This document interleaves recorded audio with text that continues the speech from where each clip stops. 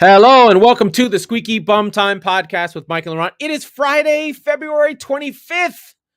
In this episode, the title race is back on, or so does Liverpool tell everyone. Arsenal have staked a claim.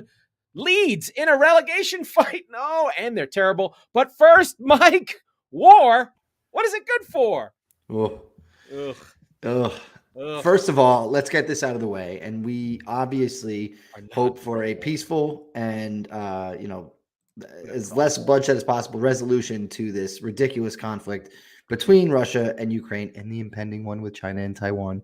I don't like it. Yeah, it's not great, Bob. But obviously, I wear my rabbit fur hat in solidarity with my Ukrainian brothers and sisters, especially my coworkers, Marina, Pavlo, Konstantin, Eugene, my crew who code for me. I pray. I was bummed out all day, sad. I hope they're all okay. Yeah. And we hope beyond hope that what happens from this does affect the football world. And we have breaking news. That's a possibility. No, it's not, but it could happen. Well, all right. And as we segue back into why you're listening to the show, plenty of news to talk about in this episode, but I think off the rip, we have to go with what may happen to one of the biggest names currently in world football, the current European champions, right? May be forced to sell their owner. Football club, so-called Chelsea for a reason. Chelsea, that's right. So Roman Abramovich is a dirty Russian man. And we've known this for a decade. And now the chickens are starting to come home to roost. Almost 2 decades. His name was brought up in Parliament saying he should not be able to own a football club. Yes. Because of disingenuous dealings in the financial district. There literally is a list of people that they have in their pocket for when shit goes down. They go and say, hey, F you. You can. Now, this has happened before. There was a guy that the Russians poisoned in London in 2014. There was the invasion of Georgia and nothing happened. So but this is a little bit bigger. I think Ukraine and Russia, I don't think people know this. Ukraine is the second largest country in Europe by area and provides almost all the bread. So it would be like if, Wonder Bread got taken over by fucking Hostess. It's bad. This is trouble. They really went after them. They wanted those fucking rainbow bubbles and dots and stuff. This is bad news. Count Chocodile breaking in, stealing shit. This is what's happening. So here's where it could get bad for Chelsea specifically. Yeah. If Roman Abramovich were to sell, the theory is... Or even just have the team confiscated. That's even worse, theoretically. But the thing, and the way that Chelsea has used their finances, or I guess laid out their finances since 2003 is, and I'm going to read from an article from Forbes from a little earlier today. Roman Abramovich has a sanction insurance is the headline, a $2 billion loan to Chelsea FC. Well, what does that mean? Effectively, all of the signings that Chelsea has made since he bought the team back in 2003 for, I think, $100 million. Yeah, nothing. I mean, 190 million teams are very cheap relative to American sports. So 190 million in 2003, which I would still argue is a large sum of money back 20 years ago. But nonetheless, now they're valued at 3.2 billion. And the problem with that, as I mentioned, all of these player sales that we've always talked about over the years, those are all technically loans to Roman Abramovich. Yes. So he is owed $2 billion. So if at any point he decides, hey, I'm going to hit the cash out button, you effectively have a Chelsea football club who's $2 billion with a B dollars in the hole. Yeah. And that's going to be a problem. You're going to bring back the Save the Bridge signs, right? So, So that's one piece that we have, Russian oligarchs and whatever. And I think that one of the owners of Arsenal was also implicated in this. I can't remember his name. He tried to buy Arsenal many times, but the Kroenkes bought him out. I can't remember his name, unfortunately. Well, but the other one is the Champions League final is going to move. Well, I want to get to that in a second, but this is sort of how, when Putin stands there and he goes, I'm walking in the front door of Ukraine's borders. And if anybody threatens me, I'm going to nuke you, which is, I'm paraphrasing, but effectively what has been said so far. Basically, yeah. The way that corporations can sort of fight back, well, it's an extension of cancel culture, really, but the sporting world, like Jokerit, which is one of the biggest teams in the Finnish hockey scene, they're in the KHL in Russia. Yeah. They have withdrawn from the KHL for the rest of the season, right, out of protest. So there are ways for teams, organizations, and Schalke, Gazprom off. Yes, and that was what I was going to say. There's a lot of teams with United Gazprom. has yet to comment on its sponsorship with Russia's biggest airline, Aeroflot. It's $8 million. Right? Well, whatever. But so the point is that all these things are going to start to add up. And it's interesting that like you said, what we were talking about, Abramovich has that out clause, if you will, but Russia as a whole is going to start to feel the burden of this. I think the thing is that sports is culture, culture is sports. Football is global. Russia is part of that global world. Shakhtar Donetsk has not played there. Those are that's a Europa League champion in the last 10 years. Mm-hmm. You know, Fernandinho from Manchester City, who played there, did a whole message to the team. So all these interactive things, it is not in a vacuum. We're going to have issues with teams here and there. There's going to be players doing dissidence. I think the Napoli versus Barcelona game, that the teams both came out with no war signs. Yeah. And these are big things because Putin is a dangerous actor. He could do something fucking weird. You know, you don't know. He's an autocrat. He can do whatever he wants. So we have that looming over football. And the Champions League final, which I actually thought about going to, but now that it's going to leave St. Petersburg, maybe I'll actually go to if City make it. Well, maybe me and you will go because there's a chance. It could be in the Emirates. Yeah. Emirates. There's a chance that there's a shiny, brand new stadium in London that is begging to hold big events. They've bid for the Super Bowl. It's Tottenham Hotspur Stadium. I've been there. It is a gem. Right? Yeah, this is fit for a large scale event like this. It's literally built for things like this. And so the two names that I have heard shortlisted for the potential move of this are Wembley and Spurs Stadium. I don't know why you would do Emirates with literally Spurs Stadium right up the road. Somebody, another dirty brown bag, right? That shows it's Stan Kroenke's bullshit, I suppose, instead of Roman Abramovich's bullshit. Yeah. Maybe you owe money somewhere and you don't. Right. But so there's an interesting thing there, and then you sort of have the segue into, Liverpool and Chelsea will be at least into the quarterfinals of the Champions League. City will be there too, of course, but there's no real beef with City but as a Spurs supporter. But there's a chance that the first Champions League final in Tottenham Hotspur Stadium is won by one of Spurs' rivals, which would not sit well with Tottenham. That's another thing. You kind of don't want to have that happen. But we do want to get to the football, and Mike has had a wonderful wartime distraction to take away from Spurs, who are completely changing the Premier League, both at the top end and now at the bottom end.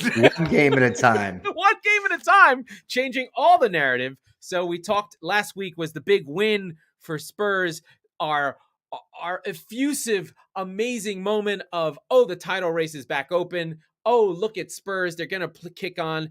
Then they play Burnley midweek, and they play like Spurs again. They're back. They're normal. I think the irony of it was, you guys, Spurs played City after City had played midweek. Burnley plays Spurs after Spurs had played in midweek. And the absolute high of that game is hard to not have a hangover. Yeah, and so the resting and all the stuff comes back to bite you. You go to Turf Moor and you get George Boyded late goal, and you didn't play well. We didn't play poorly. I would say it was an average Tottenham performance. We had some good chances. I think Sonny was a ghost. I know that because I bet on him to have 2 shots, not on target, just 2 shots. He had 0. Well, he did set up the 2 Kane shots. 2 of them, and 1 Kulusevski shot who just missed going wide far post. But listen, I think that the story here, and it's true from Burnley's last game where they beat the shit out of Brighton too, is they are back.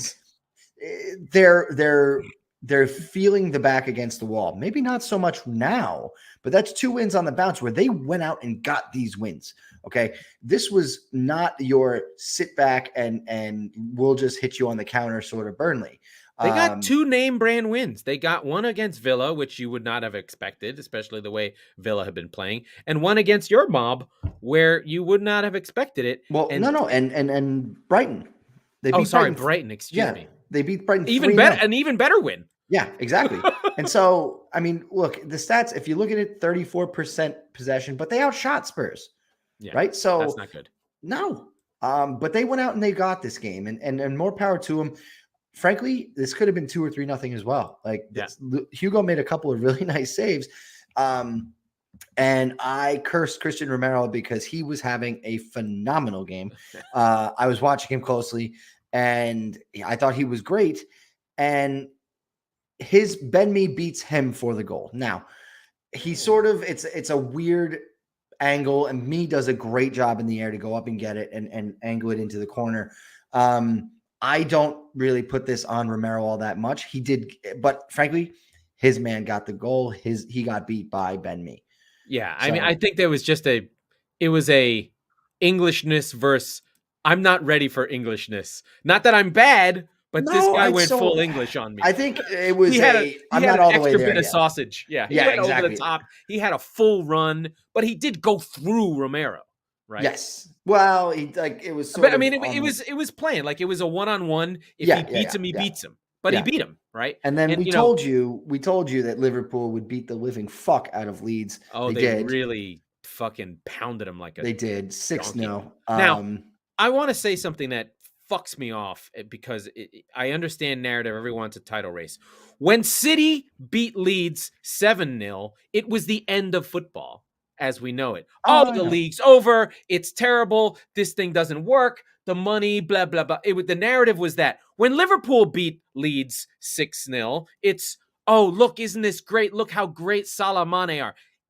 Listen, I'm not a fucking tinfoil hat thing, and it goes back to the thing, but I'm just pointing out some teams have the right to glory and others have to earn it. I don't know when City will earn the right to glory. They need to have 96 of their fans die. They need to have communist owners. I don't know when that's going to happen. I don't think I want that to happen. I don't begrudge Liverpool for having it, but it fucking pisses me off. I do. That there's a constant din of City are bad, City are evil, City, when, I get we have to accept it, but it's really frustrating. And I only call it out because it's really fucking annoying when it's cyclical. It's cyclical. Yeah. There's 3 teams, 3.5 if you want to count Chelsea. There's 3 teams where they're the story no matter what. And those teams, as we all know, are Liverpool, Manchester United, and Arsenal. Okay? Yes. And the stories and they're the biggest they're the biggest clubs in the world. Sure. Top 10. The stories of the former the latter 2, I should say, for the last 10 years has been that they haven't been at the level of a Manchester City or a Chelsea or a Liverpool. So they all wear red. They do. You're right. That's very observant of you. But the storyline is it's very much like the Yankees here in the States. If the Yankees, I saw somebody have the balls to say the Yankees have a World Series curse. They won in 2009, and by the Yankees' own standards, that is a very long drought. But it's by the Yankees' own standards. You don't get to consider everybody else by the Yankees' own standards, do you? No, I don't see you talking about how the the Seattle Mariners, the Oakland A's, right, the Cleveland Indians. Yeah, now that's a curse, that. Right. So I stop it. Behave yourself, right? Well, I mean, we know the internet has made sports fandom brutal, just awful. Right. And so, but it's true. It's even more true in England because, again, as I've said many times on the show, this is the only fucking thing you people have. And they have no access. So they have to you lean into this even more. So if Liverpool, United, or Arsenal are very good, they're the best that you've ever seen. And you're privileged to be alive in this moment to watch greatness unfold. Or if they're 4, 5, God forbid, 6 or worse, then they're everybody needs to be hanged in the town square Yeah. immediately, right? So there is no middle. And the fact of the matter is that, I mean, United are a bit of a fucking mess, but they're comfortably, well, I shouldn't say comfortably in the fourth spot, because Arsenal are the plucky underdogs now, right? So you're starting to see that narrative already shift. Yeah, and I mean, change. but I think I mean, I do want to talk more about Liverpool, just because it'd be unfair to sort of short shrift the fact that they're really fucking good, especially at home.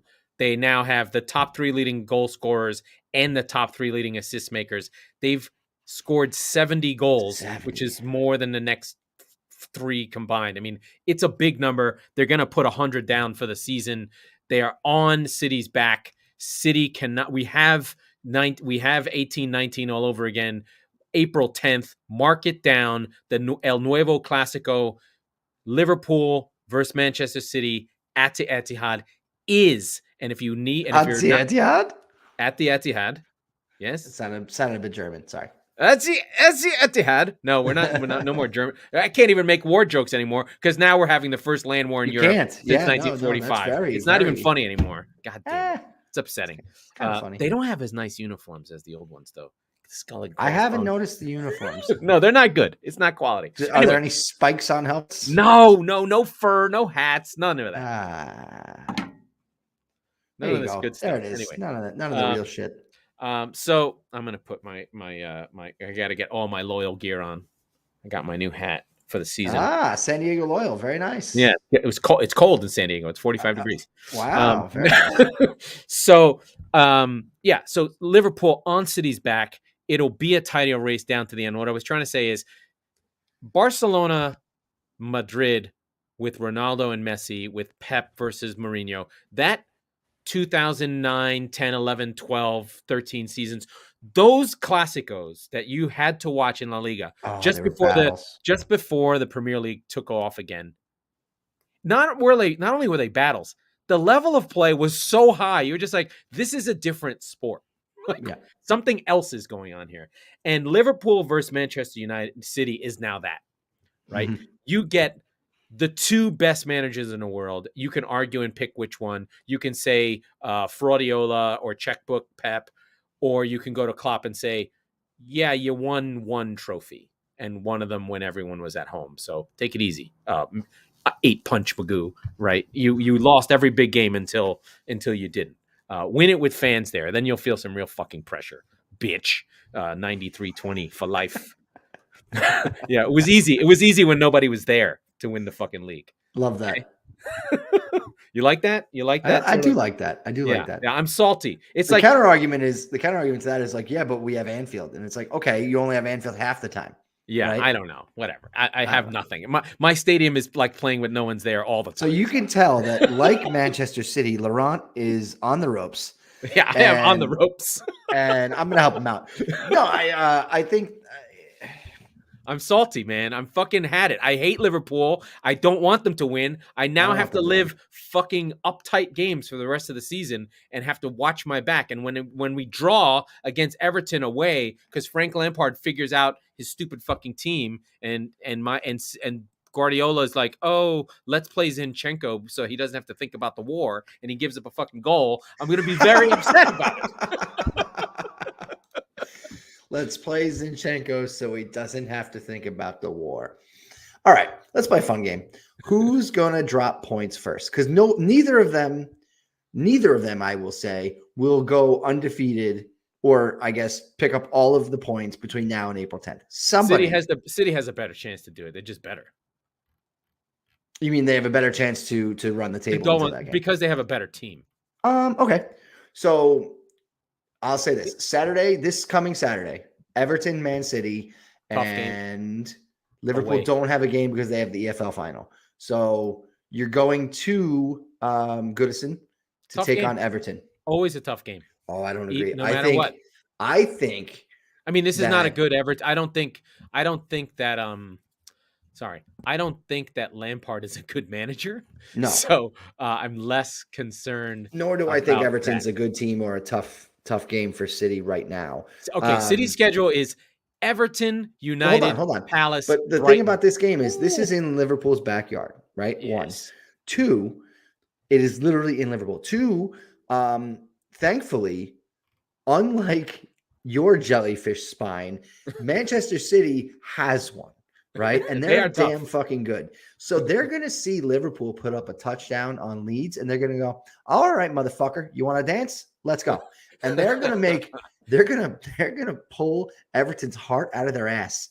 And they're going to show it to them. It's going to be 3-4, maybe 5-0, but it's going to be one of those. It's like, we are not, like, Liverpool's not the only team in this race. Okay.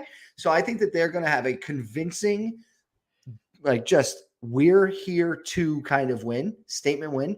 Yeah. Liverpool might get a trophy this weekend for all we know. One of sure. the two. Right. That's not the end of the Whatever. world. So the League let's Cup. go on. We next let weekend. them win. Then what that also means is they will have a game in hand coming up after this weekend. Yes. Liverpool then host West Ham on March 5th. The West Ham are a big bag of who knows what.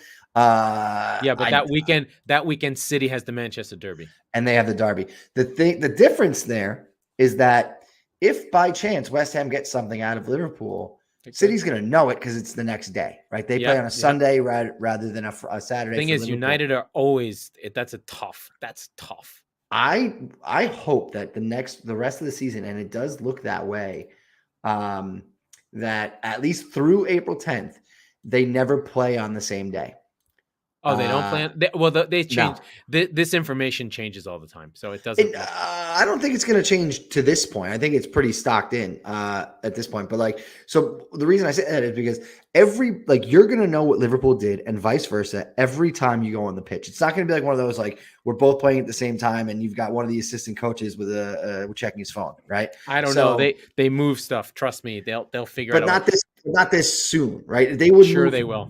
The only thing that they'll move is the quarterfinals of the Champions League, which isn't until right around April 10th. You can't tell me that in all of April, City is playing at 3:00. There's just no way that's happening. No. In fact, I'm saying exactly the opposite. I'm saying through April 10th, this is the schedule. I'm saying after that, no. You've got FA Cup, you've got Champions League. So those games will move. I'm sure of that. But what I'm saying is up until we got a Monday night game against Palace. That'll be big.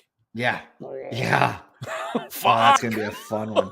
You've got Brighton away. Oh no. You've got the harder run to April 10th, and I think Liverpool has the harder run after April 10th.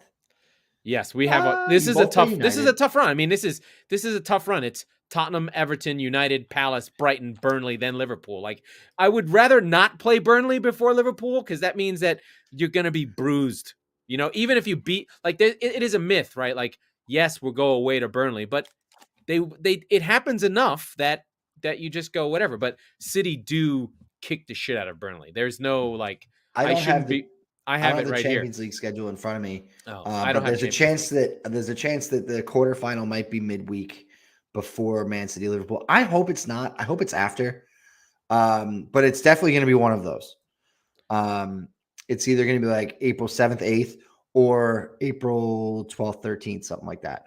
So, or 13th, 14th. So I hope that it's the latter, just because I want 8 days off for City. And let me look at Liverpool. Well, that's okay. That's the first time they play on the same day up until that match. So I want them both to have 8 days off. I want every big dick they have swinging going into that match. And I want Ali Frazier. This is what we're talking about here. Yeah. It's gotta be as nationally televised. It needs to be big. It could be, if it's still 3, that it could possibly be 3. That it's a title decider ish. It is a title decider regardless of what happens leading up to it, right? Because as long as they stay within 3 of each other, right? Exactly. Yeah. Either way. I do the think thing is Liverpool the goal difference thing, the Leeds thing, blowing out Leeds was bad because that's why I say now you've got an opportunity to do the same thing to Everton, who are a shit side right now, right? But that's the point, is that you don't. Style points now are going to matter. It's almost like college football. No, we're going to keep the first team on the field because we want to actually win 70-0 instead of 42-0. Yeah, I mean, and that's actually the shame. That's actually the bad thing for City, that Liverpool's defense is not the title defense team, where they would get those early leads and they would take their foot off the gas because they could, because Van Dijk was otherworldly. He's now just good, and now they just throttle teams. They don't stop anymore because they have to keep going, right? Otherwise, they'll get beat. Like if they try and sit, they're not good enough defensively anymore to not attack. Sure. Because they by the way, very, very few teams ever are, right? You shouldn't do that. And if you don't, some teams do that. Some teams do that. They're really good, and they don't do like. Some teams aren't that good and do that. Yeah, okay? But I mean, it is a style that's going away. But I do think we should go into talk about Liverpool. Your beloved Wolves come from behind, win at home. The place going nuts. This was a good performance. Wait, I'm sorry. Arsenal. I said Liverpool. I meant Arsenal. Liverpool. Yeah. Wow, what a game! It was good, and they fought hard to get the win. This is not a mentally weak Arsenal side. They are building something at this point that is either youthful exuberance or Arteta winning the hearts and minds, giving a mentality, a fight. Listen, I know in our preview I did tout Arsenal, but there were reasons, right? Like they did have a good defense, even with Leno. They did sign Davies. I didn't know about Ben White, but I knew about him. He was one of my sons from the championship. I knew about him in Leeds. He came up with Leeds and then went to my beloved Brighton and was good in Brighton. I didn't know about Gabriel. Tomiyasu I didn't know about, but these sort of stabilizing defensive forces, weirdly, the Xhaka thing hasn't hurt them lately, but the Smith Rowe, Saka, the energy, the fight, I really like. I don't know. I mean, Arsenal fans seem to not like him, but I think Lacazette's really good. I mean, he has a hard time scoring goals. He got the winner here. I mean, I know it's an own goal, but outside of the goals, whenever I watch them, I'm like, he's in on everything that they do.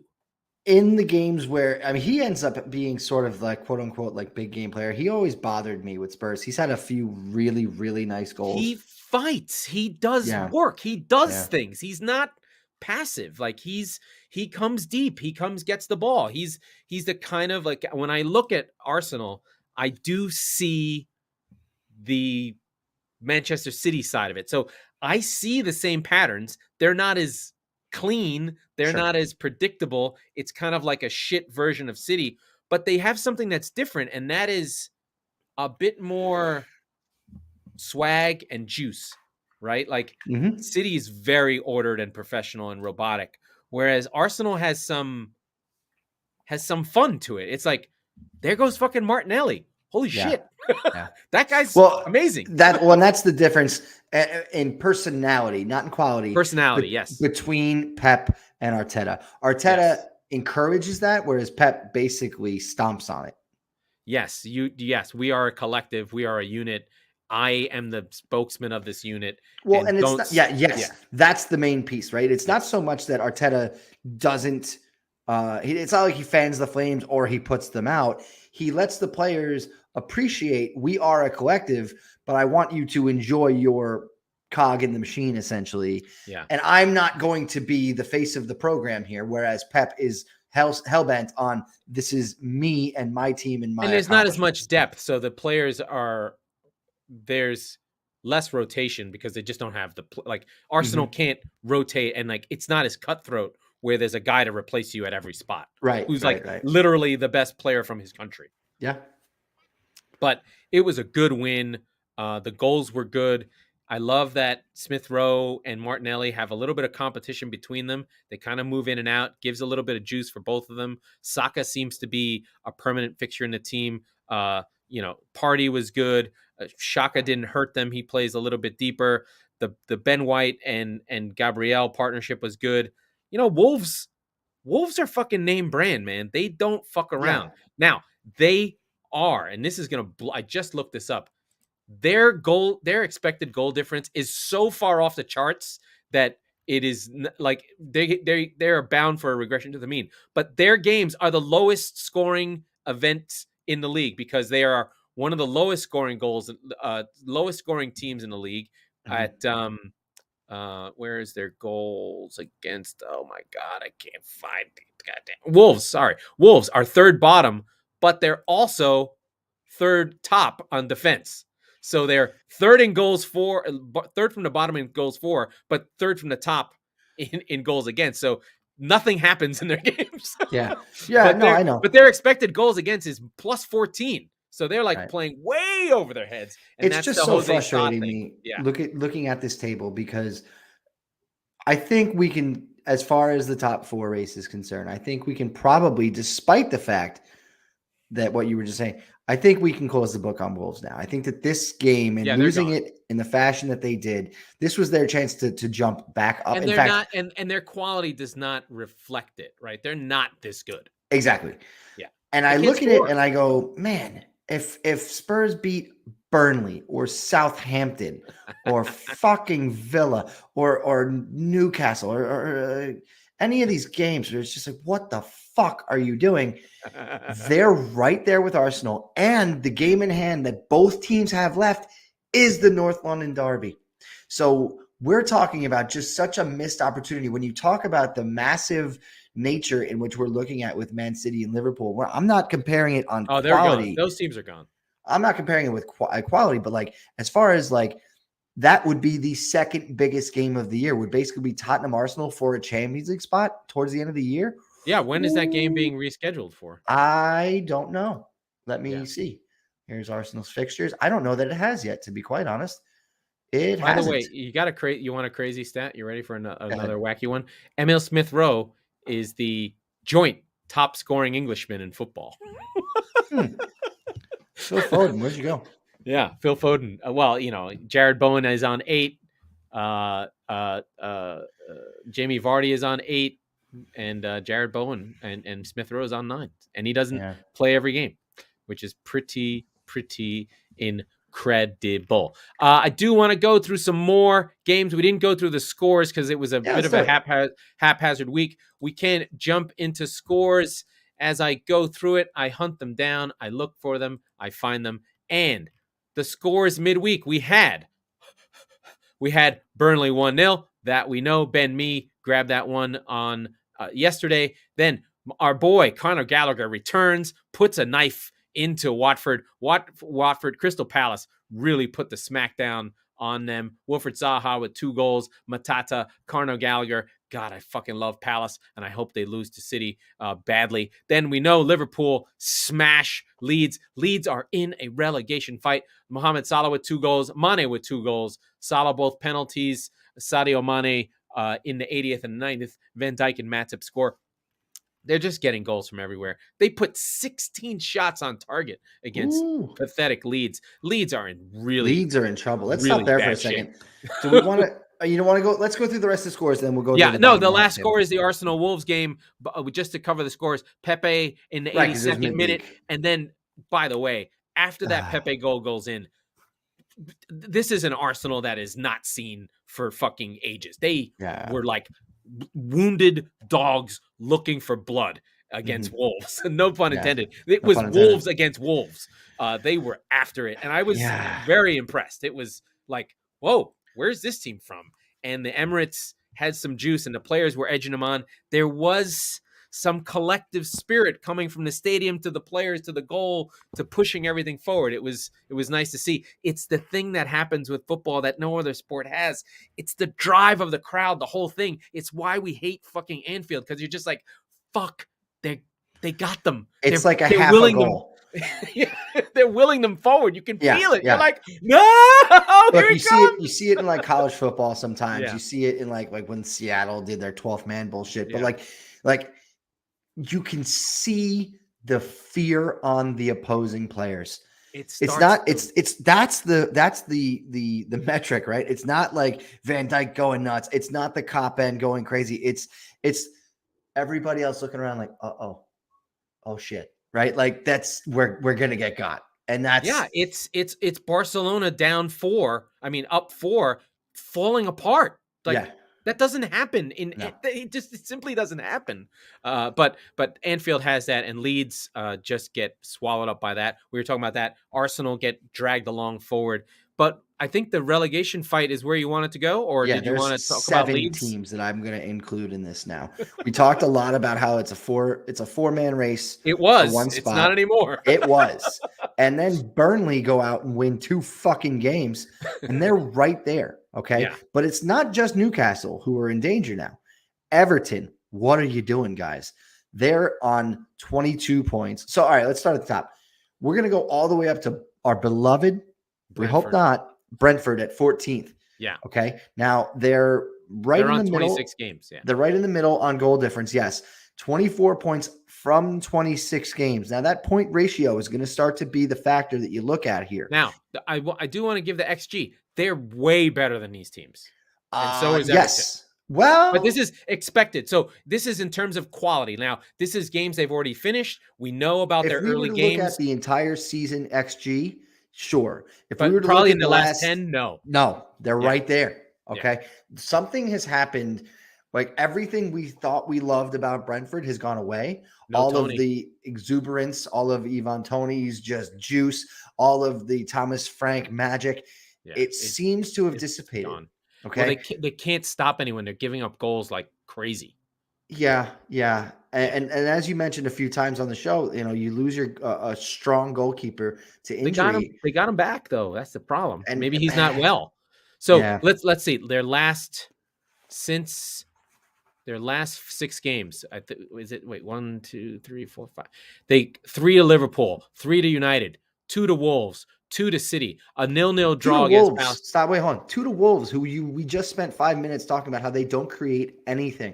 No, they don't. Right? You can't give up 2 to Wolves then, right? Yeah. They're just giving up, 3 is when you're giving up threes, you're in trouble. So they can't keep clean sheets, and that's what was keeping them in games early. And a lot of the hay they made was early. Like they only had 1 loss in their first 8, but they've now slipped a lot. Yeah. And they need a win. I mean, this Newcastle game is a big fucking game on Saturday. Yeah. Like, and that's the thing, is that's the fun part now, is that we've got so many teams included that there are points to give out. And so these numbers are going to change. And the crazy thing is the margins are still so razor thin that, as we said with Burnley, 2 wins changes the outlook of your season. And I saw it in the fucking Burnley players' faces. They got that 3-0 against Brighton. They're like, we're going to go get these bastards and we're going to go get 3 more points. I mean, what did we say? We said 8 wins. It's going to take 8. And Burnley just got 2 of them. Yeah. Right. So Everton's on 6. So we're kind of just like, hey, if Everton win 2 more games, they're probably in decent shape. But Everton has 4 draws. So I don't know what the number, and wins is hard, right? But like it's going to be 35 points. I think is 36. Yeah. 35. Yeah. Right. So that's the race. You look at it, you go, okay, well, Brentford needs theoretically 4 more wins, or however you want to slice it up. But the problem you're getting into now, and as I mentioned, you're getting lighter on games. Brentford only has 12 left. Leeds has 13. Everton, to their credit, has 15, right? So this is where I look at it, and I've been harping on games in hand all season because of the wonkiness of the year. But I think Brentford on 24 is in more danger than Everton on 22, because Brentford has 3 less games to go than Everton, right? So is Everton bad? Yes. Is Everton going to get boat raced by City on Saturday? Yes. But can they beat Leeds? Can they beat Burnley, Watford, Norwich? I think they probably can, right? Yeah. So that's where Everton is going to stay up, because A, they've got games in hand, but B, they're better than some of the absolute shit in the league. Whereas Leeds, Brentford, they may not be. It's super close on points per game. So Newcastle and Brentford and Leeds are all on 0.92 points per game. Exactly. So they're relatively even on their quality, where Watford and Norwich are on 0.72 and 0.68. So you can find this if you go to FB Ref and go to the all top 5 leagues, and then you sort by points per game. You get a good sense of, you can get a number. So you need to be on a point per game at this point, right? So Correct. If you can get to, right, there's 12 games to go, a point per game puts them at 36. Exactly.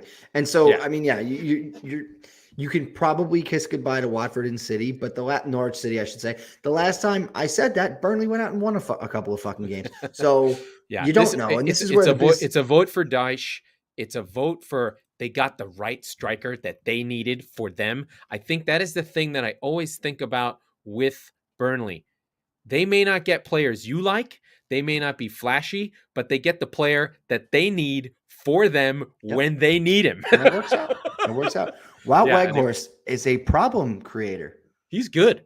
He just starts problems for opposing defenses. Yeah, I thought yeah. Tottenham did well against him. I just not well enough, unfortunately. Ben Mee was the winner, but Weghorst was in and around, and it was interesting to watch that because you haven't. I mean, Chris Wood was always like it was your consummate counterattacking forward, right? But he was a 10 to 12 game, 10 to 12 goal scorer. Yeah, Weghorst has scored 20 goals in the Bundesliga and finished in the top 4. This is not a bum.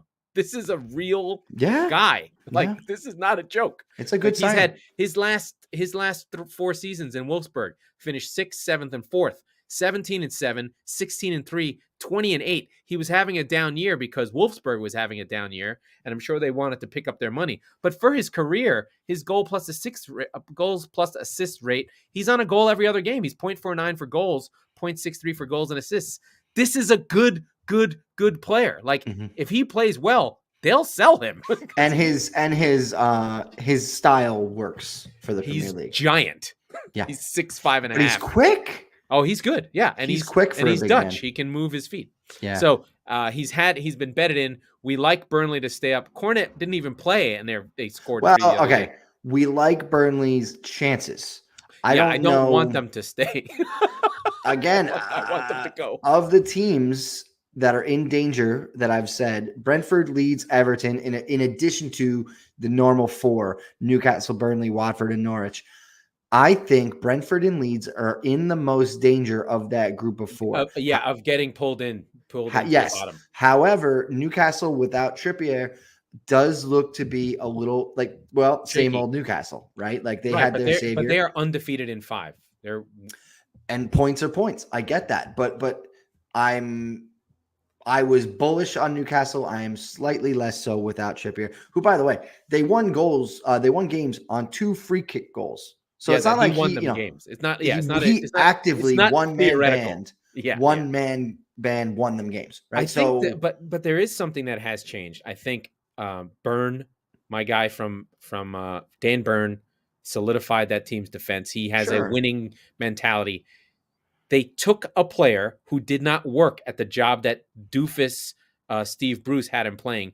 Joe Linton went from being a striker that couldn't score goals to now he's a deep-lying box-to-box midfielder who just crunches people. They literally changed his job. And so you got to give credit to Eddie Howe to be like, oh, you have this guy who's not good? Buy me a striker. I'm going to use him to go kick the shit out of people. Yeah. So I'm going to find the defensive midfielder that I thought I needed, but I haven't. But again, and these were late free kick dead ball goals. I know they were that good. Got you 4 extra points because you figure they would have drawn those games. If you take those 4 points away, they are literally Watford. Yeah. So I'm not sold on them staying up yet. But we'll see. This game against Brentford, fucking massive. Big, and should be good because and now if they you both are a fan of attacking football, if you are a fan of not Newcastle and running the league for the next 10, 15 years, you are pulling for the bees. By the way, we have to segue into this side story related to Newcastle's new owners. The PIF, the foreign fund that presented 80% of the money for this Newcastle purchase, was trying to do the same thing in golf with this. They tried to do a rival league to the PGA.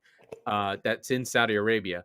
And what people wanted the Premier League to do, the golf world did. The players completely rejected it. They've been touted and called out because of Phil Mickelson made his comments public about how terrible this actually is, but I want the money. And all the other players from Europe were like, no, these Saudis are evil. They killed Khashoggi. They did all the stuff, and they just completely killed this golf super league to make a new PGA. But, it's good enough for the Premier League, but not for golf. which I find to be amazing. When you scratch, and I do like our sort of themes here of just like, hey, society is sport and sport is society. They reflect each other. And so you sort of have this sovereign wealth, and who are they allowed to do what they want? I don't know, but it was interesting to see that the PIF is rejected by golf, but not by Premier League. Not the English Premier League. Yeah. I mean, you've But got Mike a Russian Ashley- oligarch. Yeah, You've but got, you know- Mike Ashley was a dick. That was so they had to get rid of Mike Ashley, right? You have he didn't have people killed, as far as we know. no, but what he was doing to A if good you were club. the Premier Yeah. League, Yeah, I get it. and you have one of your and it's not guaranteed because promotion relegation. I understand they have gone up, down, up, down, up, down, up, and A he's flagship just, franchise, yeah. This is one of your name brands, right? Yeah. He is, as a function of holding Newcastle back, he is holding back the revenues that your league could generate because that's how big of a name brand this is. Yeah. Right. Yeah. Yeah. Yeah. It's sort of like It's Dan the Snyder easiest- it's Dan Snyder with the Redskins. If Sorry. they didn't- what are they called now? Who gives a shit? Oh, They don't we even- do. Wait, Chop Sports does. It's the Commanders. That's right. Oh, that's 'Cause right. We had it right. Commanders, the Commandos. We're not wearing The underpants on commies. the show. The commies, even better. That'll bring it around to the beginning of the show. If you have that, like, I lost my train of thought now, but it was basically to say if Newcastle were up in the top 10, if they were Wolves, right? If they were where Wolves have been the last it would 5 be years, such a bigger story. they would be the easiest team to market in the English Premier League. Do you know why? It's awesome because it's loud. They have an alcoholic beverage with their name on it. It's the easiest team to promote ever. Yeah, but they don't they're not sponsored by that anymore. They haven't been. No, but it doesn't matter. To a growing fan base around the world, specifically in the US, are you kidding me? I know 2 or 3 guys from like 15 years ago who are still Newcastle fans. I think I don't want to talk to them anymore. Who became like every American has a dumb origin story, right? That I don't care what fan you are, you have a stupid reason for supporting that team because it's just not the correct reason, which is I grew up here. This is my club, right? Yeah. And it's okay. There's nothing wrong with that. I mean, there is inherently, but it's okay.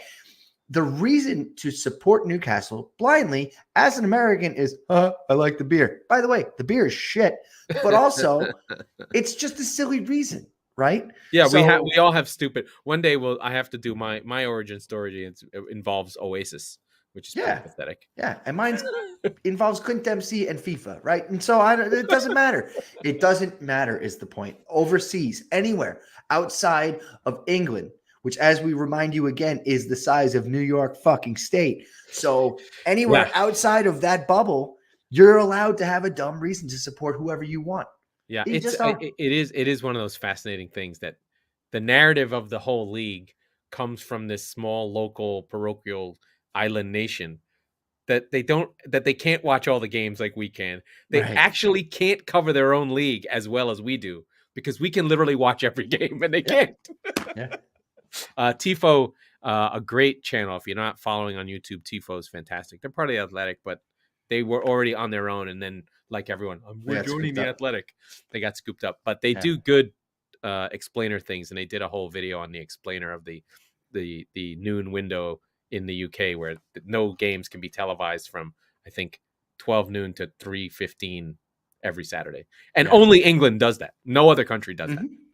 Mhm. Like, not even the Germans, who are the most traditional lunatics ever, don't do that. Like, they still wear spiked helmets to the games. They don't wear spiked helmets. That was one last war reference.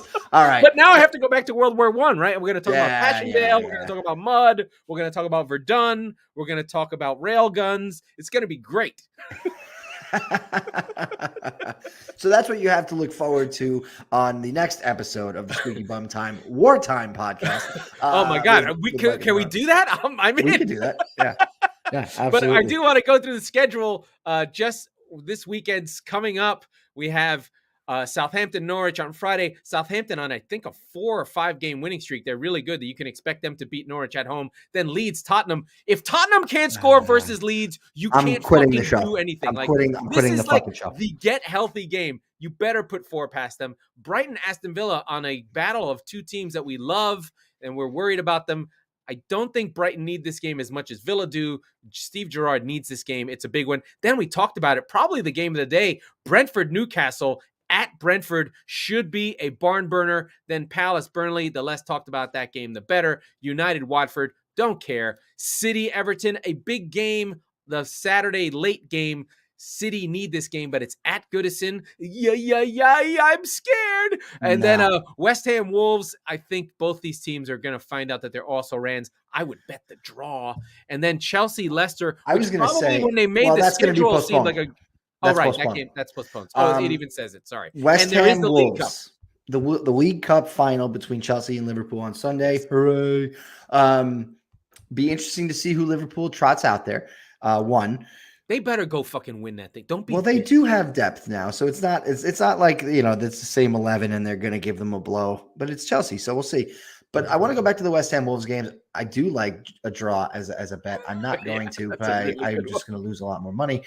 But this does feel like an elimination game, and I know that it probably both are probably far gone from the race. But if either team wins, you are one game off the mark for Europa League, at least, which for West Ham and Wolves is not nothing. It's a big deal.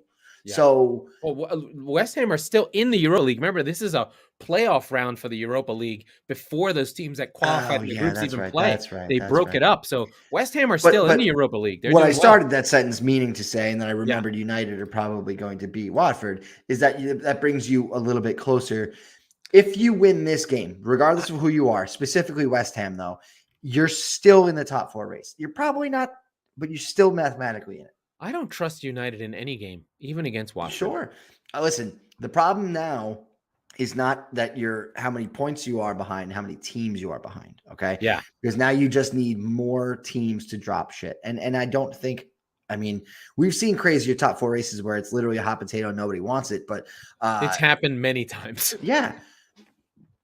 And in that case, Tottenham's got a shot still, theoretically. Yeah, right? I think the inside tracks now are United by virtue of they actually have the points in hand, which is very valuable, and they have the most talented squad.